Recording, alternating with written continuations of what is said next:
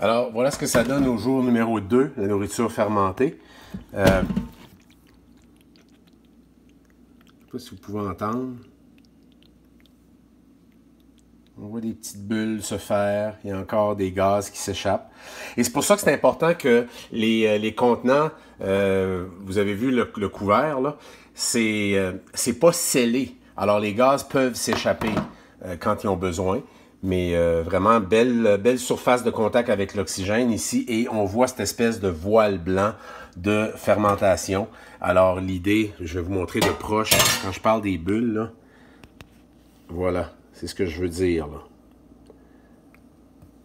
Ça balloune. Évidemment, ça fait toujours des belles petites bulles là où la caméra n'est pas pointée.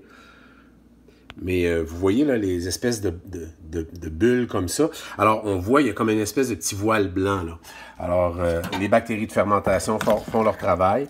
Et qu'on le voit bien quand je passe la spatule, vous voyez comment la couleur que c'est, là. Puis quand je passe la spatule, vous voyez. Alors, il y a vraiment un petit voile de bactéries de fermentation et c'est ça qui doit être retourné dans le mélange 2 fois par jour. Ça, c'est bien important parce que la ligne est fine entre fermentation et moisissure. Hein?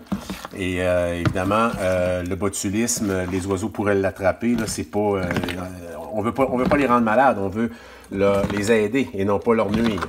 Alors voilà, moi c'est ce que je fais comme ça. Difficile de faire ça en tenant mon téléphone, là, mais j'essaie de vous montrer justement comment je remets tout le temps les bactéries de fermentation à l'intérieur. Et là, l'odeur a même changé. Moi, je suis habitué, là. Il y a une espèce d'odeur vinaigrée.